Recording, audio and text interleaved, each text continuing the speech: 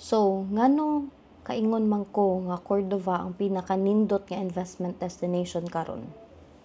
Imagine owning a property sa usa ka boom nga lugar nga daghan kayong developments o strategically located para makahatag nimo og highest return on investment. Ang Cordova usa ka hidden gem nga karon pa lang nag-transform into a prime real estate hotspot.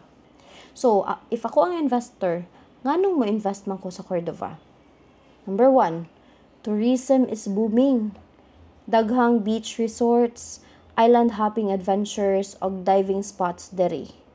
Ang Cordova usa ka tourist magnet para sa ganahan og relaxing escape.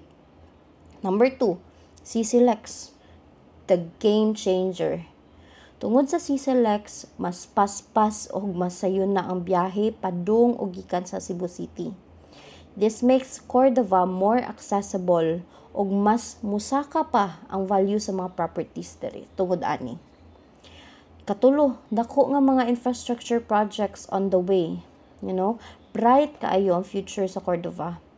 Daghan pang upcoming developments sama sa commercial hubs, mas nindot nga road networks og transport terminals. Now, naa pa jud port access to Bohol.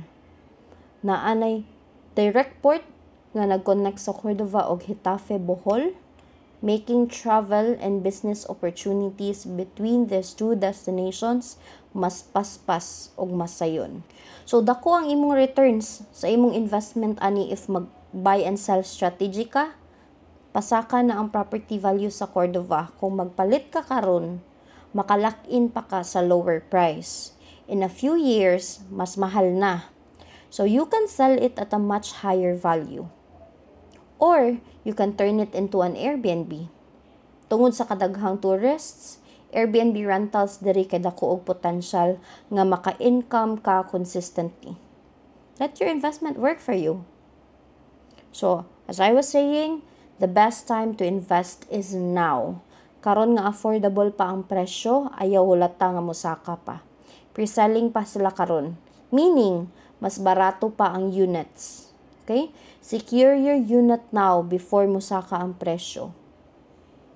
If you wanna learn more, or if ganahan na ka, mo grab sa opportunity, i-message ko.